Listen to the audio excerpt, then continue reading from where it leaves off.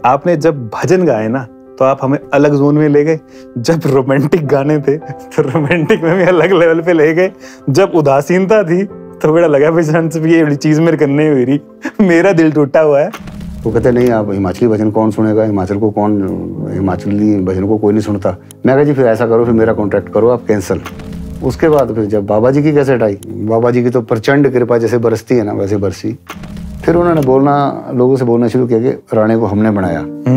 ये चीज़ मेरे को बड़ी चोट कर गई अंदर तक। मैंने कहा यार उनको इतना था, थोड़ा सा तो माना कि नहीं, उसकी वजह से हम करोड़ों के शोरूम के मालिक हो गए। अच्छा, तो उनकी भी तो छोटी सी चाय की दुकान थी। तो हमारे कहावत थी भाई सबसे दूर कुत्ते बोले दरिया पार। एक्शन ऐ ऊंचे ऊंचे दरख्तों बेरहम कम वक्तों, कुछ तो बोलो मेरी सीता कहाँ है। The Himachali Podcast Powered by Lima Smart TV। नमस्ते, मैं उपदेश और आप जुड़ चुके हैं द हिमाचली पॉडकास्ट के साथ। यह है एपिसोड नंबर 40। एपिसोड 40 में हमें ज्वाइन किया है हिमाचली फोक म्यूजिक की जान, हिमाचली फोक म्यूजिक के मजबूत स्तंभ करनैल राणा जी ने। करनैल राणा एक ऐसा नाम जिनके बिना हिमाचली फोक म्यूजिक की कल्पना करना भी मुमकिन नहीं है। इस नाम के बिना हिमाचली फोक म्यूजिक अधूरा सा है। करनैल जी ने अपनी अब तक की जर्नी हमारे साथ बहुत ही इंटरैक्टिव वे में, बहुत ही कैंडिड वे में शेयर करी है और बड़ा मज़ा आया उनके साथ बात करके। ये मेरा फेवरेट एपिसोड है, मैं आपको पहले बता दूं। जो लोग द हिमाचली पॉडकास्ट को फॉलो करते आ रहे हैं उन्हें पता है कि करनैल राणा जी का इंतज़ार कितनी बेसब्री से हमें था। इस एपिसोड को मैंने जो है 2 पार्ट्स में डिवाइड किया है। आज आप देख रहे हैं पार्ट 1 और बहुत जल्दी आपको देखने को मिलेगा पार्ट 2। आप जल्दी से इस एपिसोड को देखिए और हमारे नए YouTube चैनल THP क्लिप्स के साथ साथ इस YouTube चैनल को भी सब्सक्राइब कर दीजिए। आप लोग कंटेंट देखते हैं पर सब्सक्राइब नहीं करते। आप सब्सक्राइब करेंगे थोड़ी सी और स्ट्रेंथ हमें मिलेगी, क्योंकि ये कंटेंट बनाने में बहुत ज़्यादा मेहनत लगती है। धन्यवाद। बे मन मोने बालक ना था बे तू कदों बुलावेगा, ओ तेरा साथ तड़ाइया डेरा ओ बाबा कदों बुलावेगा। ओ बे मन मोने बालक ना था बे तू कदों बुलावेगा, ओ तेरा साथ तड़ाइया डेरा ओ बाबा कदों बुलावेगा। ओ बे मन मोने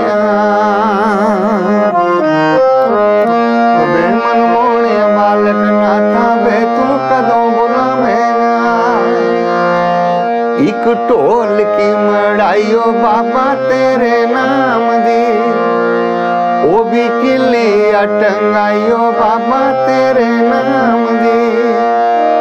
एक ढोल की मड़ाइयो बाबा तेरे नाम दी, ओ भी किली अटंगाइयो बाबा तेरे नाम दी। हो बे मन मोनिया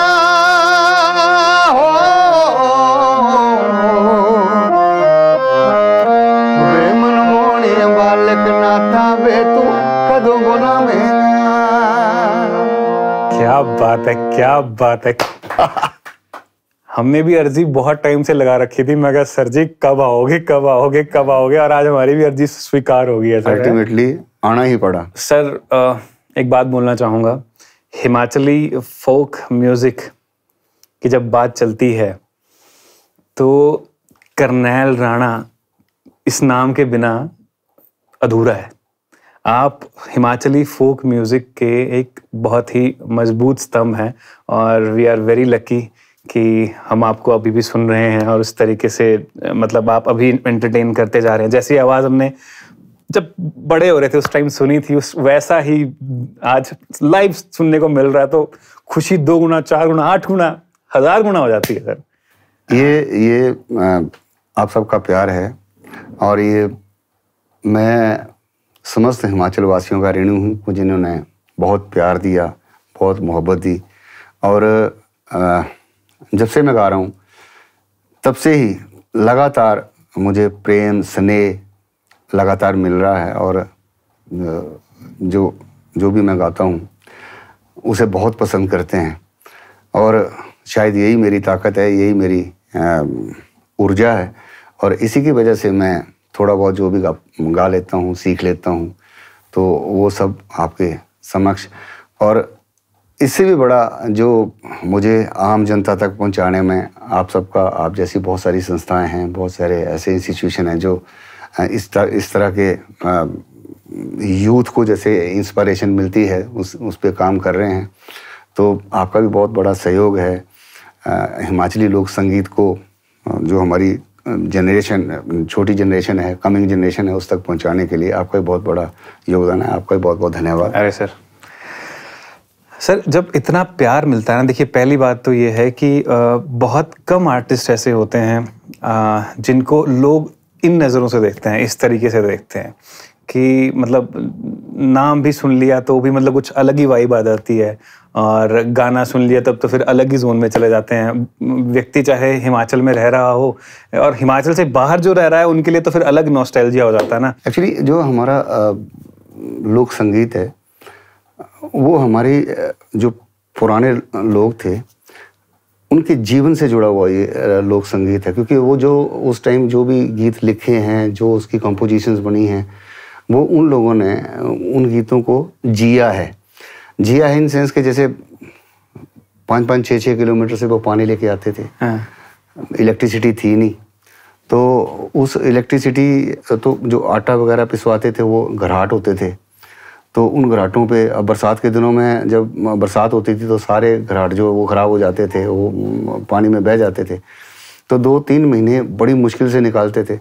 मान लो आपके घर में ऑल ऑफ सडन गेस्ट आ गए और आपके घर में आटा या जो खाने पीने का सामान है वो लिमिटेड है, और पुराने समय में बाजार नहीं होते थे, बड़ी दूर दूर से लोग अपने जीवन यापन का सामान लाते थे।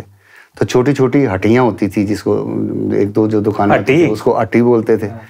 तो अब रात को तो वो खुलेगी नहीं, अब ऑल ऑफ सडन कोई आ गया तो उसके आने की खुशी तो है, लेकिन घर में ना तो आटा है, ना तेल है, ना सामान है, ना दाल सब्जी, कुछ नहीं है। तो अब वो कैसे उसको मैनेज करते थे, आप मतलब थोड़ी सी कल्पना करें। आज हमारा वर्तमान ज़माने में हर चीज़ अवेलेबल है, राइट। वो खुशी भी मनाते थे और साथ में वो जो उनको इतनी बड़ी समस्या होती थी कि कैसे इसको करेंगे, तो एक दूसरे से मांग के सहयोग होता था पूरे गांव का जी। आपके घर में कोई गेस्ट आ गए, आपके घर में किसी चीज़ की कमी है तो दूसरे घर से वो पूरी हो जाती थी, बाद में उसको वो लौटाते थे।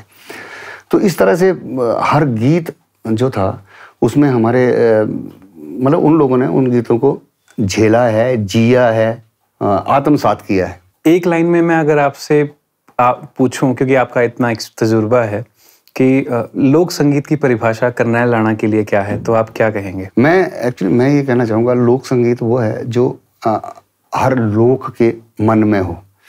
और दूसरा ये है कि जो हमारे बुजुर्गों ने जैसे कई बार ना हम लोक संगीत को विकृत कर रहे हैं। मैं विकृत शब्द इस करके बोल रहा हूँ कि जो गीत आज से 100 साल या 150 साल 200 साल पहले लिखे गए हैं, उन गीतों को हम ना थोड़ा मॉडर्न म्यूज़िक दे के उसकी तर्जों के साथ छेड़छाड़ करके उन बुज़ुर्ग जो हमारे लेखक थे या राइटर, जो भी कंपोज़र थे, गायक थे, उनके साथ हम बड़ा अन्याय कर रहे हैं और इसका मुझे हमेशा दुख रहता है।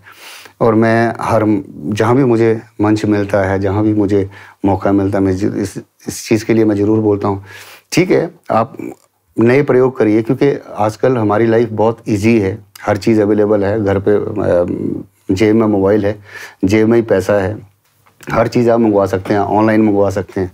मतलब इतनी आसान लाइफ पहाड़ की पहले पुराने समय में कभी नहीं रही है। तो आज के समय में जो हमारी लाइफ चल रही है, इसके ऊपर नए नए गीत लिखो, नई कंपोजिशन लिखो, नई कंपोजिशन बनाओ, तो इसकी हम किसी को कोई आपत्ति नहीं। लेकिन उन बुज़ुर्गों के साथ, उन बुज़ुर्गों ने जो पुराने गीत लिखे हैं, अब कल आज कोई उठता है जो हमारा पुराना कोई भी हमारी संस्कृति से जुड़ा कोई भी कुछ भी है, कोई मंदिर ही तोड़ के कि नहीं जी हम तो नए हिसाब से मंदिर बनाए, तो वो चीज़ें टॉलरेबल नहीं है। तो मैं यही समझता हूँ कि जो हमारी जो संस्कृति है उसको संवर्धन, संरक्षण बड़ा ज़रूरी है। और एक पीढ़ी से हमारे जैसे जो कलाकार हैं उनका ये दायित्व है कि जो मैंने बुजुर्गों से सुना उसको एज इट इज़, बेशक उसमें थोड़ा म्यूज़िक उस समय का तो नहीं है, लेकिन म्यूज़िक आप जैसा मर्जी वो करो, उसको अगली पीढ़ी में ट्रांसफ़र करो। अब उसकी आप प्लास्टिक सर्जरी करके उस सॉन्ग की किसी नई शक्ल में उसको पेश कर देंगे तो ना वो पुरानी शक्ल रहेगी, वो नई शक्ल रहेगी। तो मेरा यही मानना है कि जो हमारे बुजुर्गों की जो धरोहर है उसको हम अगली पीढ़ी तक ट्रांसफर करें। अच्छा, बहुत बढ़िया।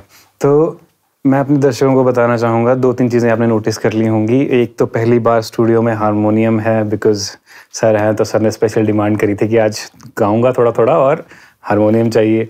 दूसरा कि ये कॉन्वर्सेशन मुझे लगता है थोड़ी लंबी हो सकती है। अगर थोड़ी लंबी हुई मैं 2 पार्ट्स में इसको डालूंगा, एक पार्ट में मैं इसको नहीं डालूंगा कि बहुत लंबा हो जाता है कई बार, तो उस तरीके से भी आप रेडी रहिएगा।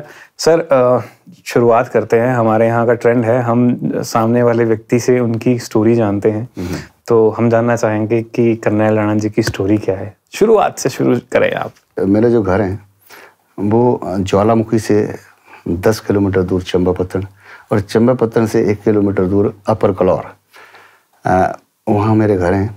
और मेरे फादर पहले आर्मी में थे, उसके बाद ONGC में थे। मेरे मदर हाउसवाइफ थे। हम 4 भाई 1 बहन हैं। 2 भाई मुझसे बड़े हैं, बहन मुझसे बड़ी है और 1 भाई मुझसे छोटा है। तो ये हमारी फैमिली थी। और मेरे जो ताऊ चाचे थे सारे मेरे फादर को डाल के कुल मिला के 8 लोग थे। अच्छा।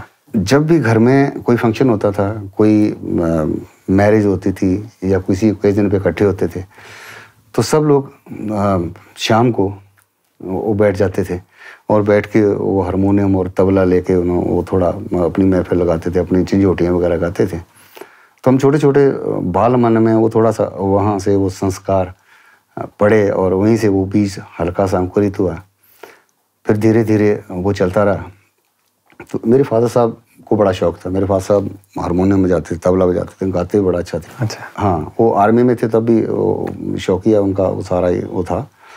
फिर ONGC में तो चल मौका नहीं मिलता था, लेकिन जब घर पे आते थे वो सारे तो इकट्ठे होकर बैठते थे। तो बस वहीं से वो धीरे धीरे वो चलता रहा।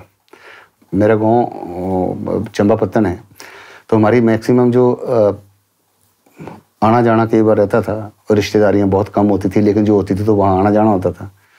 वहाँ दरिया ब्यास है, तो ब्यास उस दौरान वो नहीं था, ऊपर पंडो डैम नहीं बना था, तो उसमें पानी बहुत ज़्यादा होता था दरिया में। शायद यही कारण था कि लोग ज़्यादा रिश्तेदारियाँ नहीं करते थे दरिया के पार। हमारी कहावत थी भाई सबसे दूर को थे बोले दरिया पार। अच्छा। 100 किलोमीटर दूर अपनी रिश्तेदारी कर लो, पर दरिया पार नहीं करे, चाहे वो सामने ही क्यों ना हो उसका घर। कारण के आने जाने के कोई साधन थे नहीं, तो किश्तियों से लोग दरिया के आर पार आते जाते थे। और हमारे वहाँ चंपापत्तन में 2 किश्तियाँ थी, बाकी नदौन भी था, देरा भी था, वहाँ 1-1 बेड़ी थी, लेकिन चंपापत्तन में 2 बेड़ियाँ थी। और जितना भी एक बहुत बड़ा बेड़ा होता था। बैसाखी के दिन बेड़ा छुड़ाते भी थे, मतलब हमारे पूजा करते थे उस बेड़े की। और ये ऐसी मान्यता कि जब आदमी मर जाता है तो वो उस बैतारणी पार करने के लिए वो बेड़ा काम आता है, कुछ ऐसी मान्यता है। तो बहुत बड़ा वहाँ मेला होता था। दूसरा उस बेड़े का मकसद था कि जो हमारे यहाँ होशियारपुर से जो, क्योंकि बिजनेस जितना भी होता था, हम पहले हिमाचल का पंजाब का पार्ट था, होशियारपुर से सारा बिजनेस होता था। और अपर बेल्ट जैसे पालम एरिया है, अपर बेल्ट के लिए जो बिजनेस होता था वो सारा होशियारपुर से सामान आता था। गरली परागपुर में एक मंडी होती थी, वहाँ से वो सामान उठा के किश्ती के रास्ते उसको लेकर जाते थे घोड़ों खच्चरों पे। उस टाइम मतलब जब बाल मन में हम लोग तो वहाँ आते जाते रहते थे। तो ऐसे ही कि होरना पतना एको की बेड़ी, चंबे पतने 2 बेड़ियाँ, पलो मलाई पहले पूरे नगाए थे। इसकी भी एक कहानी है कि जैसे हमारे जैसे रिश्तेदारी नहीं करते थे दरिया के पार, लेकिन किसी कारणवश एक लड़की की शादी हो जाती है। और जैसा हमारी संस्कृति में है, जिस भी लड़की की नई नई शादी होती है वो काड़ा महीना काटने अपने मायके आती है। राइट। इसी तरह वो लड़की अपने मायके आई है। और काड़ा महीना अमूमन बरसात के दिनों में होता है, मतलब बरसात जाने वाली होती है। ऑलमोस्ट अगस्त सितंबर में वो काड़ा महीना आता है। और उस टाइम की जो बारिश अगर कहीं हो जाती है तो वो, क्योंकि ज़मीन जितना पानी पीना होता है वो पी लिया होता है, थोड़ी सी बारिश होती है तो एकदम से बाढ़ आ जाती है।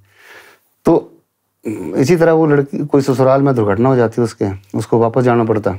तो जब वो चंपापत्तन पे पहुंचती है, वो मल्लाह को बोलती है भाई वहाँ किश्ती पानी बढ़ा दरिया में, तो मल्लाह उसको पार ले जाने में वो आनाकानी कर रहा है।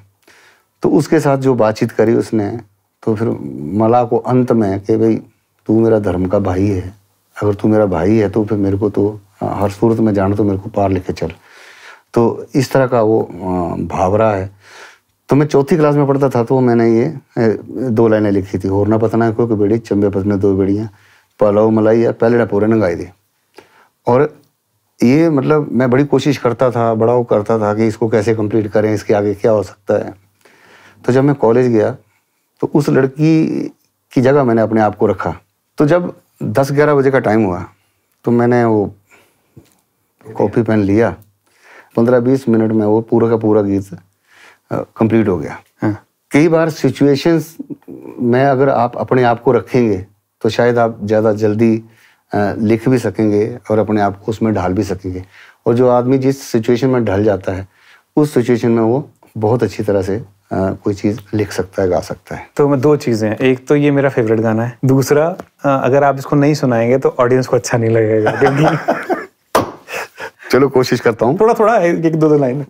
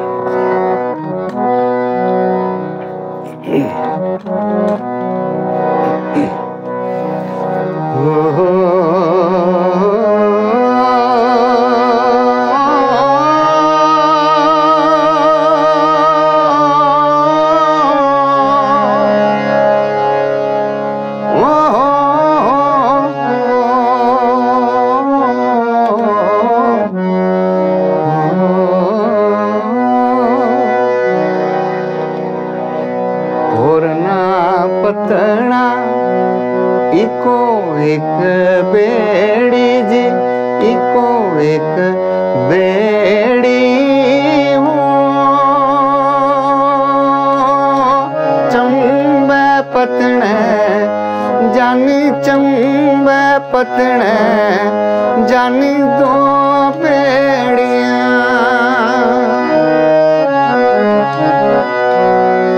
पलाओ मलाया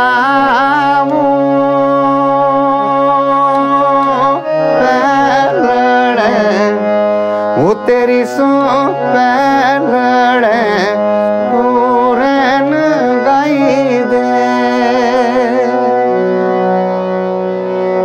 अम्मा भी मैं छड़ी दीती, बापू भी मैं छड़े आऊं,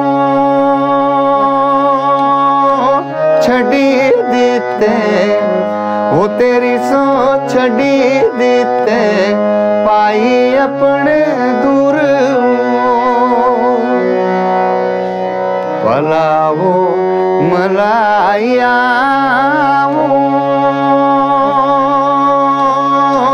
पुजना में वो तेरी सो पुजना में सोरे जरूर। क्या बात है सर, क्या बात है, क्या बात है, मजा आइया भी। आज मेरे सारे सपने पूरे हो रहे हैं, लग रहा है बचपन आ रहे। सर इस गाने में क्या दर्द डाला हुआ है आपने मेलोडी वाइज? मेलोडी भी खुद ही कंपोज करी हुई है? अरे ये सब ऊपर वाले का भाई, पर जो कोशिश थी बस। मतलब इस गाने की जो बोल है वो तो अपने आप में आप मतलब बहुत अलग लेवल पे है, बट गाने की मेलोडी, और ये मेलोडी ही है जो आपको अलग लेवल पे बांध के रखती है। क्योंकि सोचिए ना, 7-8 मिनट का गाना शायद इतना ही है, कुछ ऐसा ऐसा है। और आज भी अगर इसको एक बार लगा दो ना तो बंदा ऐसा नहीं है कि उसको बीच में काट के चला जाए। एक तो पहली बात है पूरी स्टोरी है, उसको आपको सुनना पड़ता है उस तरीके से। दूसरा वो इस तरीके से पिरोई गई है कि आप फिर दोबारा भी सुनते हो उसको, लूप में चलता है। वरना आज की डेट में 2-2.5 मिनट का गाना भी लोग नहीं सुन पाते। हमारे जितना भी हमारा लोक संगीत है वो मैक्सिमम ना उसमें उदासी है, बिरा है। बिरा शायद उसका ये कारण था क्योंकि पहाड़ की लाइफ बहुत टफ लाइफ थी। बड़ी दूर दूर से लोग अपनी जो जरूरी सामान होता था, जरूरत की चीज़ें होती थी, बड़ी दूर दूर से लेके आना पड़ता था। चढ़ाई उतराई बड़ी होती थी, खड़ी खड़ी कुआड़ियाँ चढ़नी पड़ती थी, खड़ी खड़ी कुआड़ियाँ उतरनी पड़ती थी जी। शायद इसका असर हमारे संगीत में भी है। और जहाँ तक मेरा अनुभव है हमारे, क्योंकि मैंने पहले भी इस चीज़ का जिक्र किया, हमारे थोड़ी ना अनपढ़ता ज़्यादा थी। और मुझे याद है कि जब गाँव में कोई एक आध आदमी पढ़ा लिखा होता था तो कोई चिट्ठी आती थी तो वो उस पढ़े लिखे आदमी के पास जाते थे लोग कि हमारा ये चिट्ठी आई है, ये पढ़ देना। तो वो पहले पढ़ भी देता था, चिट्ठी तो उसने पढ़ देनी, लेकिन उसका जो जवाब, उसका रिप्लाई जो लिखवाना होता था, तो उसमें थोड़ी वो आनाकानी करते थे। तो और कई बार वो अपने निजी काम भी करवाते थे, मेरा ये घास मैंने लेके आना है, उसके बाद मैं देखता हूँ, मैंने पानी लेके आना है, मैं उसके बाद देखता हूँ। अच्छा, इस टाइम की भी वो काम वो करवा लेते थे, क्योंकि वो बेचारा वो तो फंसा होता था जिसने वो लेटर का जवाब लिखवाना है, रिप्लाई लिखवाना है। तो जैसे मान लो किसी ने अपने लड़के की शादी रख दी, या किसी के घर में बच्चा पैदा हो गया, या किसी के घर में कोई ऐसा खुशी का माहौल है, तो उसने अपने किसी परिचित को वो लेटर लिखवा दिया, भेज दिया। वो एड्रेस लिखा होता था एक कागज़ पे, वो बेचारे उनको वो पढ़ना तो आता नहीं था, वो दे देते उसके पास कि जी ये है, इस पे, इस एड्रेस पे आप वो लेटर डाल देना। घर में जैसे मान लो वो चिट्ठी मिली नहीं मिली वो तो भगवान जाने, लेकिन जैसे वो जो निर्धारित डेट है उस फंक्शन की, घर पे वो फंक्शन चल रहा है, तो जो माँ है उसको अगर मान लो उसका बेटा बाहर है तो उसको उस बेटे की आस है कि वो आएगा। हाँ। अगर पत्नी है तो पत्नी को अपने पति की आस है कि वो जरूर पहुंचेंगे फंक्शन में, जरूर उसमें, क्योंकि वो लेटर हमने लिखवा दिया था और आज से महीना 2 महीने पहले वो चिट्ठी लिखवाई है, तो उन्होंने अपनी व्यवस्था कर ली होगी, वो पक्का आएंगे। बहन को भाई की आस है।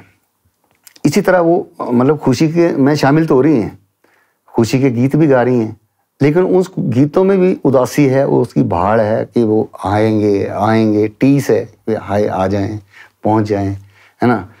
तो मैं ये समझता हूँ कि हमारे मैक्सिमम कुछ जो गीत है ना, उसमें इस टाइप का पुट आपको सुनने को मिलेगा, देखने को मिलेगा। तो इस टाइप की हमारी पुरानी लाइफ रही है, हमारे बुज़ुर्गों की लाइफ रही है। हमारे बुज़ुर्गों ने बहुत कष्ट सहे हैं और हमें तो उनका एहसानमंद होना चाहिए कि इतनी मुश्किल लाइफ में भी वो उन हालातों को पार करके हमें यहाँ तक पहुँचाए हैं। तो उनका कोटि कोटि प्रणाम और उनको कोटि कोटि वंदन। क्या बात है जी। आप वो सिंगर हो जिनके हमने भजन से लेके, ये लोक गाथाओं से लेके, रोमांटिक गानों से लेके, सैड सॉन्ग से लेके और डांस नंबर्स तक सब एंजॉय किए। आपने जब भजन गाए ना तो आप हमें अलग जोन में ले गए, जब रोमांटिक गाने थे तो रोमांटिक में भी अलग लेवल पे ले गए, जब उदासीनता थी तो बड़ा लगा भाई ये बड़ी चीज मेरे करने हुई रही, मेरा दिल टूटा हुआ है। एक्चुअली क्या हुआ, मैं जब मैंने ये फोक गाने शुरू किया, लोक संगीत गाने शुरू किया एज प्रोफेशनली, लोगों ने बड़ा पसंद किया। तो वो ये बात पहुंचते पहुंचते टी सीरीज तक पहुंच गई। तो टी सीरीज से मुझे एक मैसेज आया कि भाई हम आपको एज फोक सिंगर अपने साथ साइन करना चाहते हैं जी। मीटिंग वगैरह हुई, उन्होंने बुलाया मेरे को, तो मैं गया। फिर उनके उस टाइम देखते थे दर्शन कुमार जी, वो यहाँ हिमाचल आए, वो धर्मशाला में आके उन्होंने वो एग्रीमेंट वगैरह साइन किया। गुलशन कुमार जी के भाई? हाँ, गुलशन कुमार के भाई। तो उससे मैं अपने आप को बड़ा मतलब जैसे आदमी खुश होता है, मैं तो बस टी सीरीज का सिंगर हो गया, मैं ये हो गया वो हो गया। अभी उसको 15-20 दिन, महीना भी नहीं हुआ था, हमारे ना कांगड़ा प्रवास होता है, जैसे सरकार बनती है तो वो कांगड़ा प्रवास चलता है। और क्योंकि उस दौरान मेरी डिमांड बड़ी थी, जगह जगह से मंत्री, एमएलए, प्रधान, सब जगह से डिमांड होती थी और जाना पड़ता था। मेरी ये आदत रही कि अगर मेरा थोड़ा सा गले में भारीपन या खराश है तो मैंने कभी मतलब मना नहीं किया कि नहीं, या मैं थका भी हूँ तो मैं ये नहीं बोलता था कि नहीं जी मैं नहीं गा सकता।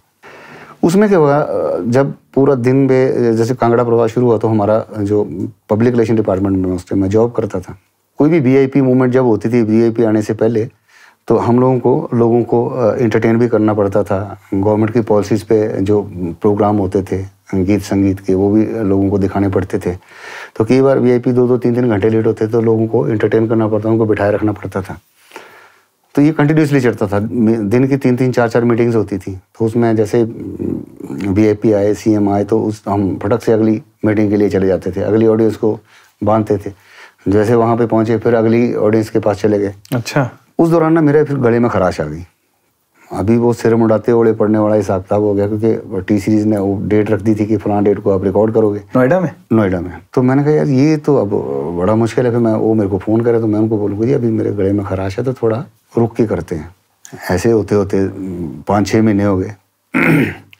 कुछ लोग कहते हैं जी आपका गला बांध दिया, कुछ कहते हैं जी आपको कुछ खिला दिया। तो कई चक्रों में पड़ गया मैं उस टाइम। यहाँ अपने जो लोकल डॉक्टर्स थे उनको भी दिखाया, कोई होम्योपैथी की दवाइयाँ, कोई आयुर्वेदिक की दवाइयाँ, कोई पता नहीं क्या क्या किया। और उस टाइम फिर मैं बिल्कुल बड़ा डिमोरलाइज हो गया। तो बीच में जो लोकल कंपनीज थे वो कहते कि नहीं आप गाओ, जैसा भी है आप गा दो। और उस टाइम स्थितियाँ ऐसी थी, मैं जो भी गाता था वो चल पड़ता था। तो कुछ एक गीत ऐसे हैं उसमें बड़ा गले में बड़ी भारी, आज मैं सुनता हूँ तो मुझे वो बड़ा मतलब बहुत बुरा लगता है कि यार ये मैंने क्या गा रखा है। गाने बताओ ये वाले कौन से? एक गीत था वो, छोटू रामा मोटू रामा मंगला पोए दे। अच्छा। जब वो बड़ा मतलब मैं बिल्कुल एकदम फेड अप हो गया। तो हमारे रिलेटिव है वहाँ दिल्ली में, मेरी बुआ की लड़की, उसकी लड़की वहाँ MR थी। तो वो आई बोलती मेरे को, बोलती मामू आप वहाँ दिल्ली आओ, दिल्ली चेक करो। वो मैंने कहा यार यहाँ इतने दुनिया भर के डॉक्टर हैं, इतने बड़े बड़े डॉक्टर, वो फेल हो गए। वो कुछ मेरे एक्चुअली एक गले में टॉन्सिल था। तो यहाँ के डॉक्टर ये बोलते थे कि भाई आपके ना टॉन्सिल की वजह से इन्फेक्शन हो जाती है और आपके वोकल कॉर्ड में स्वेलिंग हो जाती है, इस वजह से आपका गला भारी हो जाता है। तो मैं उसकी एंटीबायोटिक वगैरह वो खाता रहता था। वो बोलते नहीं चलो जो भी है अब एक बार आओ आप। तो उसका बड़ा जोर डाल के फिर मैं दिल्ली गया। तो वहाँ गंगाराम हॉस्पिटल में मैं गया, मेरी वहाँ उन्होंने अपॉइंटमेंट वगैरह ले ली। 35वां नंबर था, मुझे आज भी याद है। तो वो एक छोटा सा कैबिन जैसा था।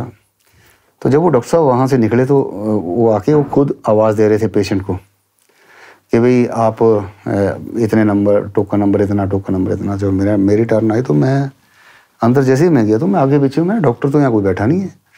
तो वो जो बड़े सिंपल जैसे वो डॉक्टर ना, हमारे जैसे इमेजिनेशन होते हैं ना, हमारे हिमाचल में तो डॉक्टर्स बड़े थोड़ा वो रहते हैं। मैं कोई वैसे क्रिटिसाइज नहीं कर रहा हूँ, लेकिन मेरी उस टाइम जो उनके साथ जो मेरी उस टाइम कल्पना थी, इमेजिनेशन थी। तो ऐसे एक बेंच जैसा था, वो मेरे को वहाँ पे बिठाया।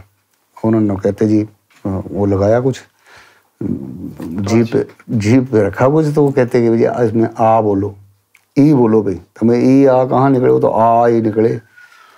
फिर उन्होंने वो रिकॉर्ड जो पिछला मैं लेके गया था वो देखा। कहते जी क्या बोलते हैं? मैं कहा जी वो टॉन्सिल की वजह से इन्फेक्शन होती है, कुछ ऐसा ही कहते हैं डॉक्टर, बाकी तो पता नहीं। बोले वैसा वैसा है ना, आपका जो वोकल कॉर्ड है आपने कहीं ओवर एंड एक्सेस गाया है और आपका गला इनकार करता रहा, लेकिन आप माने नहीं, और इस करके आपके वोकल कॉर्ड में क्लॉट आ गया है। जब तक ये क्लॉट रिमूव नहीं होगा इसको दुनिया की कोई ताकत ठीक नहीं कर सकती। ओह। अब जैसे उसने बोला तो मेरे को एकदम छड़ाका पड़ता ना एकदम से। मैं कहा फिर मैं उनको सीधा बोला, मैं कहा सर मेरा तो कैरियर शुरू भी नहीं हुआ, प्रोफेशन है। कहते इसमें घबराने की कोई बात नहीं है, एक सर्जरी है वो करनी पड़ेगी। इस एक क्या हम डबल ही कर देंगे, तो ये टॉन्सिल की जो बात कर रहे हैं, टॉन्सिल भी रिमूव कर देंगे और इसके अंदर की सर्जरी वो भी करनी पड़ेगी। तो मैं कहा जी फिर मैं कब तक नहीं गा पाऊंगा? कहते वैसे तो 6 महीने तक आप नहीं गा पाओगे, लेकिन 2-3 महीने के बाद आप अगर चाहो तो गा भी सकते हैं।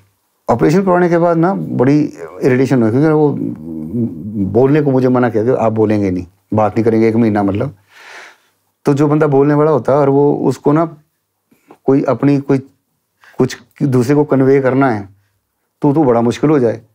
तो अभी 8-10 दिन हुए थे तो घर में तो पंगा शुरू हो गया। मैं घरवाली को अगर मैं कुछ बोलूँ कि हाँ मेरे को कुछ चाहिए तो वो भी वैसे इशारे करे। तो जैसे होता है ना कि मैं उसको कुछ बोलूँ तो फिर वो मुंह से ना बोले, वो भी इशारा करे। मैंने कहा यार ये तो बड़ा पंगे वाली काम है। मतलब 10-12 दिन के बाद ना फिर मेरे को बोलना पड़ा। मैं कहा मैंने तो ऑपरेशन कराया, तूने तो नहीं कराया। और सर लिख के बता देते। अब मेरे नहीं बोलने से वो भी भाई भी इरिटेट होती थी। फिर उसके बाद मैंने 1 महीने के बाद मैंने ऑफिस ज्वाइन किया। तो ऑफिस में भी मेरे बड़े शुभ चिंतक थे, उनको मैंने सारे डॉक्यूमेंट वगैरह दे दिए कि जी मैं मतलब अभी 2-3 महीने तो मिनिमम मैं नहीं गा सकता। तो हमारी टूरिंग ज़्यादा होती थी, तो हमारे एक बॉस थे कि नहीं टूर तो 2-5-7 दिन 10 दिन तो महीना तो उन्होंने बिठाया। उसके बाद ऑर्डर कर दिया कि नहीं आपको जाना पड़ेगा। अब मैं वहाँ जाके फिर 2-3 दिन का टूर था, जब वापस आया तो उन्होंने फिर चिट्ठी निकाल दी कि आप बताएं आप टूर पे गए थे, आपने क्या क्या किया। तो मैं क्या करता हूँ वहाँ, शुभ चिंतक है। तो आज भी मैं उनको बहुत याद करता हूँ और उनका शुक्रिया भी करता हूँ कि आपने मुझे इतना मजबूत बनाया। ठीक 3 महीने के बाद ना मतलब फोर्सफुली मेरे को ये बोला गया कि भाई आप गाओ। तो थोड़ा थोड़ा धीरे धीरे करके ना फिर मैंने डॉक्टर साहब को फ़ोन किया। मैं कहा जी ऐसे ऐसे है तो मुझे क्या करना? कहते आप पहले तो अपनी स्पीच थेरेपी करो। तो उन्होंने ओम का उच्चारण बताया कि जितना लंबा आप ओम का उच्चारण कर सकते हो, अच्छा लंबा जितना आप श्वास भर के जितना आप खींच सकते हैं। चलो टूटार पे थोड़ा थोड़ा गाना शुरू कर दिया, मतलब धीरे धीरे आवाज़ खुलने लग पड़ी। तो फिर दोबारा TCG का वो आ गया कि जी आप दिल्ली आओ, वहाँ नोएडा आओ। मैं चला गया कि जी ऐसा है, आपको हमने एज फोक सिंगर किया है, तो आप अपना इस कॉन्ट्रैक्ट को पूरा करो और अपने आप गाओ। मैंने कहा जी ऐसा है ना, गायन क्षेत्र में मेरी एक किस्म की सेकंड लाइफ है, तो मैं शुरू करूँगा भजनों से, अगर आपको मंजूर है। तो कहते नहीं, आप हिमाचली भजन कौन सुनेगा, हिमाचली भजन को कोई नहीं सुनता, आपको हमने फोक सिंगर को किया है। मैं अड़ गया। मैं कहा जी फिर ऐसा करो, फिर मेरा कॉन्ट्रैक्ट करो आप कैंसिल। अगर आप नहीं चाहते, आप अपनी जिद पे अड़े, मैं गारंटी मैं ले रहा हूँ, अगर नहीं चलेंगे तो ठीक है, आप मेरे को उसकी जो भी आप पेमेंट करेंगे मत करना, जो खर्चा होगा मैं दे दूंगा। फिर वो मान गया, अच्छा चलो ठीक है।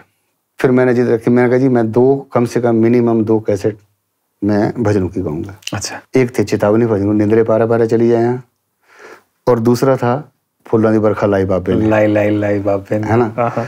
और तीसरा था कैसा लगा गोरी पहाड़े दा बसना। तीनों मतलब 2 तो मैंने वो गाए। वो कहते नहीं आपको फिर आप लोकगीत का भी करो। तो तीसरा फिर वो कैसेट थी कैसा लगा गोरी पहाड़े दा बसना। तीनों सुपर डुपर हिट, तीनों की तीनों। मतलब अब हिमाचली संगीत में तो मुझे केवल मात्र वो हिमाचल के ही लोग जानते थे। और जब ये निंद्रे पारे पारे चली जाए, तो ये तो जहाँ नॉर्थ इंडिया में जहाँ थोड़ा बहुत हिंदी भाषी लोग जितने भी थे, वो सारे ही मतलब उसको हरियाणा पंजाब इस तरफ बहुत चला, दिल्ली में बहुत। हाँ। जी। और उसके बाद फिर जब बाबा जी की कैसेट आई, फिर तो बाबा जी की तो प्रचंड कृपा जैसे बरसती है ना, वैसे बरसी। सच में, इसमें कोई शक नहीं। क्या बात है। हम थोड़ा सा आगे आ गए हैं, थोड़ा सा पीछे ले जाऊंगा आपको मैं। तो आपका ये डिसाइड कैसे हुआ कि आपको प्रोफेशनली गाना है? पहली रिकॉर्डिंग का बताइए ना, ये होरना पहला गाना कौन सा गाया था? ये गाया था होरना पतना? हाँ, चुम्बे पतना दो बड़ी। तो ये रिकॉर्डिंग का बताइए ना, क्योंकि उस टाइम पे रिकॉर्ड करना, स्टूडियो में जाना। एक्चुअली क्या था, क्योंकि मैं पब्लिक रिलेशन डिपार्टमेंट में आ गया था 89 में। चलिए पहले उसकी बात करते हैं। हाँ। PR में कैसे आए आप? क्या था, जब मैं कॉलेज गया तो कॉलेज में हमारे जैसे इंटर कॉलेज कंपटीशन होते थे जी, यूथ फेस्टिवल्स होते थे, तो साथ में पब्लिक रिलेशन का ऑफिस था हमारे कॉलेज के एकदम सामने। तो उसमें वहाँ पे कमल मीरपुरी जी होते थे, वो APR। तो वो उनका मतलब ना संगीत में बहुत ज़्यादा रुचि होती थी, तो कहाँ जजमेंट पे और किसी उस पे तो उनको अक्सर बुलाते थे। अच्छा। तो मेरी मैक्सिमम पार्टिसिपेशन होती थी। तो वो अक्सर कहते यार आप जैसे लोगों की ना हमारे डिपार्टमेंट को बड़ी ज़रूरत है।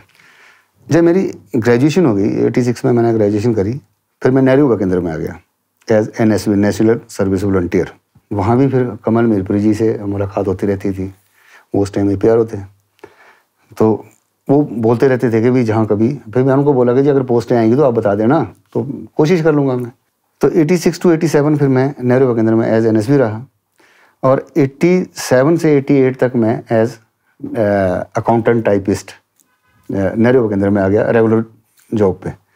लेकिन वो लिखा पढ़ी का काम था, वो मुझे इतना ज़्यादा पसंद नहीं आता था, वो बहुत ज़्यादा उसमें लिखा पढ़ी थी। इन बिटवीन एक दिन उनका फ़ोन आया कमल मीरपुरी जी का कि भाई ऐसे ऐसे हमारे उसमें पोस्टें आई हैं, तो आप एम्प्लॉयमेंट एक्सचेंज से अपना नाम भिजवाओ। अच्छा जी। दोस्त था, मैंने उसको बोला, तो वो कहता यार मेरे वहाँ पे बॉइया लगे हैं। मैंने कहा यार बाकी तूने कुछ नहीं करना, नाम भिजवा दे बस। तो उसने वो उस टाइम नाम, अब पता है हमें तो यही पता नहीं था कि उसके लिए क्या करना पड़ता है, मतलब एज आर्टिस्ट के लिए कौन कौन से सर्टिफिकेट तो दुनिया भर के थे, फिर वो वहाँ जमा भी करवाने पड़ते हैं। वो गया तो उन्होंने बोला ऐसा तो कोई सर्टिफिकेट लगा कि इसको एज आर्टिस्ट हम या ऐसे रिकमेंड करें या कोई भी वो है। फिर वो सर्टिफिकेट मुझसे लेके गया, फिर उसने वो सर्टिफिकेट वहाँ पे दिखाए लगाए, तब जाके उन्होंने नाम रिकमेंड किया। इंटरव्यू हुआ, तो इंटरव्यू में 200-300 लोग वहाँ पे पहुँचे हुए, लड़के लड़कियाँ सारे बड़े बड़े फन्ने खां। तो मुझ में तो सच में मैं मतलब बड़ा इन्फेरिटी कॉम्प्लेक्स था कि यार हम कहाँ इतना कम्पीट तो कर नहीं पाएंगे, इतने बड़े बड़े लोग आए हुए हैं। कोई कहते हैं जी हम फलां के पास सीख रहे हैं, कोई कहते हैं हमने ये कर रखा, कोई कहते हैं हमने ये कर रखा है। तो मैं भी पीछे जैसे खड़ा हो गया। हमारा इंटरव्यू, चलो जो भी था इंटरव्यू कुल मिला के हो गया, 2 दिन इंटरव्यू हमारा।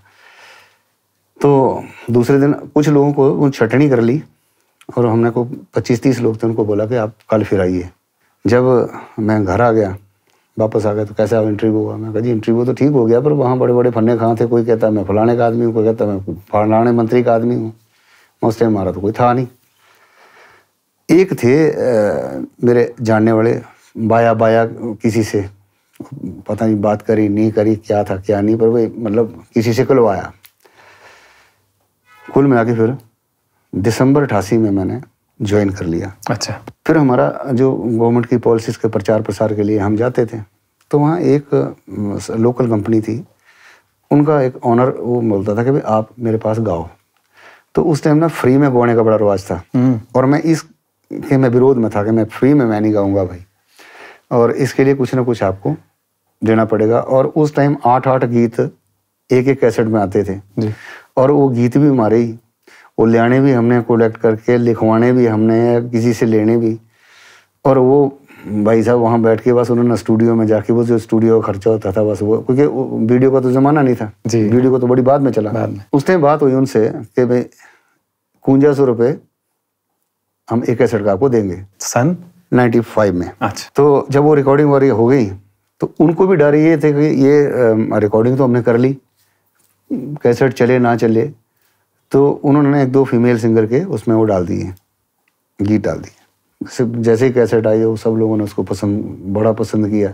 वो जितनी नंबर 1 में बिकी, उस 2 नंबर उस टाइम मतलब डुप्लीकेट बड़ी भरी कैसेट बिकती थी। और वो भी जो जिन्होंने ये थोड़ा इन्वेस्ट किया वो भी फिर बाद में काफ़ी ऊपर चले गए। अच्छा। तो लेकिन मैं वहीं का वहीं रहा। मुझे मेरा जो रेट हुआ था वो भी मेरे को पूरा नहीं दिया, 3100 रुपये दिया। अच्छा। मेरे मन में बड़ा ये है, मैं कहा चला अगर नहीं, अगर चलती कैसेट नहीं होता तब तो मैं मान सकता था यार, इतने लोगों इतना करके।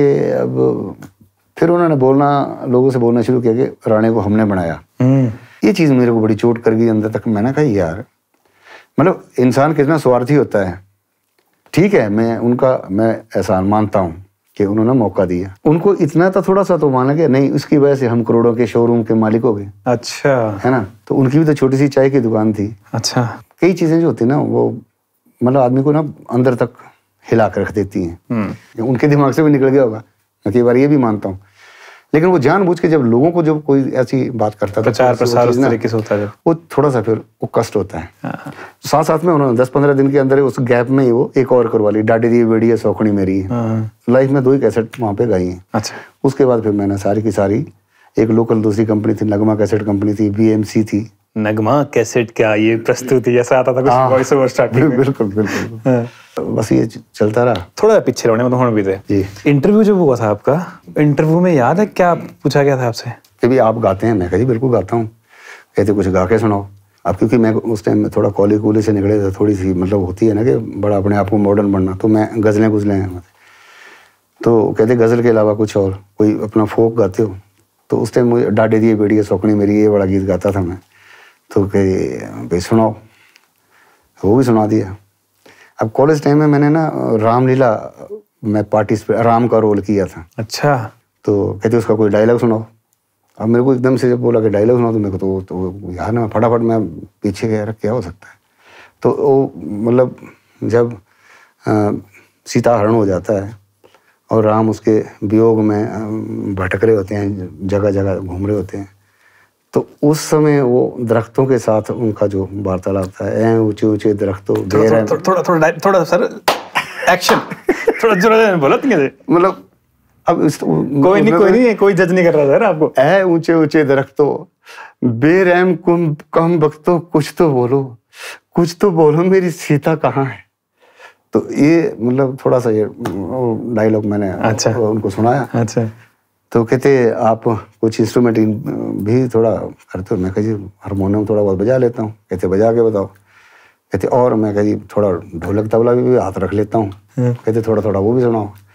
तो कुल मिला के अगर आपको कुछ स्टेज कंडक्ट करनी हो या कुछ बोलना हो, कोई VIP है तो कैसे करोगे? तो थोड़ा सा वो भी उन्होंने करवा के देखा, फिर वो वहाँ सिलेक्शन हो गई। अच्छा, सिलेक्शन हो गई। और वहाँ फिर एक्चुअली क्या है, पब्लिक रिलेशन डिपार्टमेंट में जब मैं आया जी, तो मुझे सीखने का बहुत मौका मिला। उस टाइम जब मैंने ज्वाइन किया तो एक बहुत बड़े अच्छे आर्टिस्ट होते थे, प्रताप चंद्र शर्मा जी, बहुत नाम था उनका अपने समय में, आकाशवाणी से बहुत गाते थे। उनका बड़े मतलब ठंडी ठंडी आवाज़, चुलती चुलती चिल्लें डाड़ू, उनका गाना है। उसके वो राइटर भी थे, कंपोजर भी थे और सिंगर भी थे। तो उन्होंने बहुत अच्छे अच्छे गीत गाए हैं। एक दो गीत मैंने भी उनके गाए हैं, जैसे नाले पार गीत हैं जाना, बिच ब्याह नचना गाना, चाहे चा नाचे दा, एक ये था। इस तरह से मतलब काफ़ी बड़े अच्छे अच्छे उन्होंने गीत गाए हैं। श्याम सुंदर जी होते थे जी, एक मतलब उनका भी बड़ा योगदान था। बिमला राणा होती थी, वो बहुत अच्छा गाती थी। जोगिंद्रा शर्मा होती थी, बहुत अच्छा गाती थी। एक भूप सिंह जी होते थे वहाँ पे, वो भी बड़ा अच्छा गाते थे। तो मतलब उन लोगों से बैठ के, जब वो सुरीले लोग बैठते थे तो उनसे, उनको ये कैसे गा रहे हैं, कैसे उनका मतलब वो जो स्टाइल है, तो सबसे मुझे सीखने का मौका मिलता था और मैं सीखता था। आज भी अगर कोई अनाड़ी आदमी मेरे सामने गा रहा है, कोई गुनगुना रहा है और वो उसकी हरकत अच्छी लगा रहा है, वो अच्छे सुर में गा रहा है, तो मैं कोशिश करता हूँ उसको सुनने की और उसकी तरह मतलब उसको आत्मसात करने की, गाने की। अच्छा जी, जी, क्या बात है। PR में जब मैं आया दिसंबर 88 में, तो उसके बाद फिर मुझे लोगों ने बोला कि आप आकाशवाणी के लिए ऑडिशन दो। अच्छा। जब मैं आकाशवाणी में मैंने ऑडिशन दी तो वहाँ मैं फेल हो गया। हाँ। और मैं बड़ा भारी डिमोरलाइज हुआ। मैंने कहा यार ये क्या तरीका होगा, मतलब ये कौन सा तरीका होगा वहाँ पे, कि ये क्या कारण है। अच्छा, वहाँ दलील फरियाद कोई नहीं होती थी, कोई पूछने वाला होता नहीं था। 2-3-4 महीने के बाद पता लगा कि उस टाइम जो ऑडिशन लेने भाई साहब बैठे हुए थे, उनकी ईगो हर्ट हो गई कि मैं उनसे मिला नहीं। अच्छा, मुझे ये पता नहीं था कि उनसे पहले वो मिलना पड़ता है। अच्छा। तो किसी के थ्रू ना, फिर जब मैंने बोला यार ये कैसे हो सकता है, क्या होगा, तो वो उनके वो जानने वाले थे कि वही नहीं, आपका आया था वहाँ से बंदा, पर वो तो अपनी हवा में था, वो तो मिला ही नहीं भाई, तो पास होके देख ले। मुझे बड़ा दुख हुआ। मैंने कहा यार ये क्या है। अच्छा, वो फिर ये था कि अब 3 महीने से पहले फिर ऑडिशन दे नहीं सकते, या 3 या 6 महीने कुछ ऐसा था। फिर 6 महीने जैसे तैसे निकले, फिर मैंने फिर दोबारा ऑडिशन दी। फिर मैं सबसे पहले उन भाई साहब के पास गया। भाई साहब नमस्कार। मैं कहा जी गलती कर गया था पहले, है ना।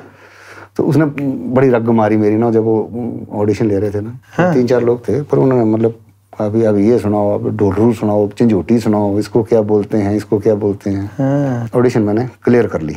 फिर 89 में मेरी पहली रिकॉर्डिंग हुई थी। पहला जो गाना आपने गाया था आकाशवाणी में, आपकी रिकॉर्डिंग हुई थी, वो कौन सा था? यही ओरना पतना को बेटी चंपा पतना, ये सुनाया था है। हाँ। क्या बात है, हाँ। क्या बात है। दोस्तों ऐसा है, बहुत लंबी कॉन्वर्सेशन, जैसा कि मैंने आपको स्टार्टिंग में बताया था, कॉन्वर्सेशन लंबी हुई तो 2 एपिसोड्स में डालूंगा। और मुझे भी ये लगता है कि अब इस पॉइंट पे आके इसको थोड़ा सा विराम देना चाहिए, और जो बची हुई कॉन्वर्सेशन है अभी जो हमने और करी है, उसको हम आपको दूसरे भाग में दिखाएंगे। तो आप फिलहाल इस एपिसोड को ज़्यादा से ज़्यादा लोगों तक शेयर कीजिए और दूसरे एपिसोड का वेट कीजिए करनाल राणा जी के साथ। धन्यवाद।